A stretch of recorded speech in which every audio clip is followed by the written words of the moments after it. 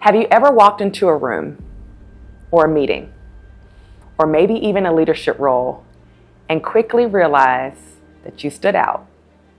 Maybe because you were the only one. Fill in the blank. The only woman, the only person of color, the youngest, maybe the only parent. Whatever the title, you could fill it.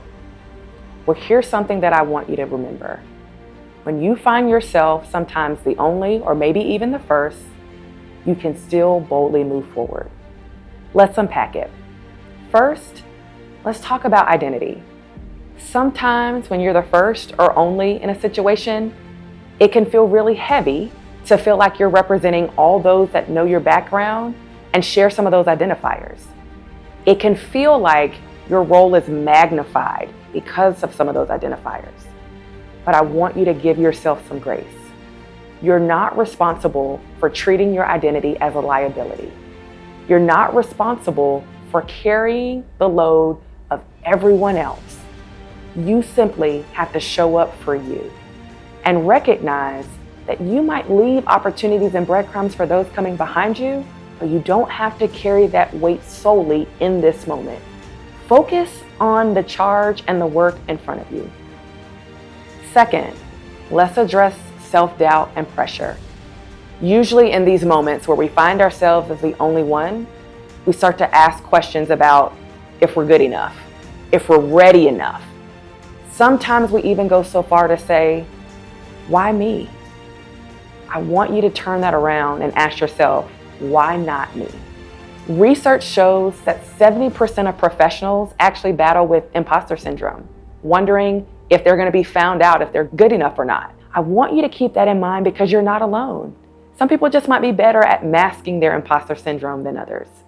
But you don't have to allow doubt or that pressure to immobilize you or to stop you. You can take small steps to move forward and to push past uncertainty and doubt and to do great things.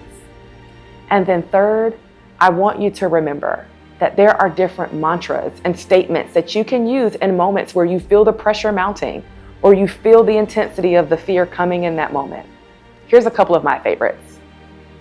I belong in every room and every moment that I walk into.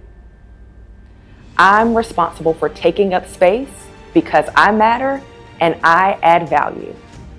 And the last one, fear is not failure. It's simply feedback. What can I learn in this moment that will fuel me forward to see the transformation and the change that I know that I'm capable of conquering? So listen, it still might be a while before you're more than just the only one there. But you stay courageous. You stay committed to your transformation. And remember that just because you're the only does not discount you from the opportunity to still show up as a bold leader. If this information was helpful and you found some strategies that you can use moving forward, then I encourage you to share it with someone. Like the video, be sure to subscribe and hit that notification bell to stay tuned for more information about bold leadership and strategies for micro boldness.